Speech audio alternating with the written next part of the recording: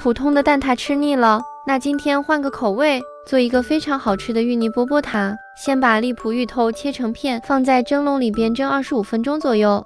蒸熟后放入破壁机，40克淡奶油，3克紫薯粉，有炼乳就放15克，没有用同等量的白糖代替。打成泥后放入裱花袋内，挤入蛋挞壳内。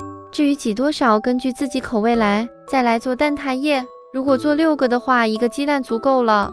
先给它打散，放10克白砂糖，50克纯牛奶，60克淡奶油。如果没有淡奶油，也可以选择不放。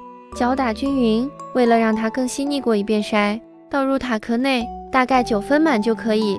烤箱上下火200度，提前预热5分钟，放在中层烤22到25分钟左右。这时候再来做个小芋丸，50克木薯淀粉，放5克白糖，20克开水。先用筷子稍微搅拌一下，再放入30克芋泥，和成一个小面团，直接给它搓成细一点的长条，再切成很小的剂子，搓成小珍珠的形状。水开后下入小丸子，大概煮个5分钟左右，捞出来给它过一下凉水。蛋挞烤好后，上边再挤上一层芋泥，再把小丸子放在上边，芋泥饽饽蛋挞就做好了。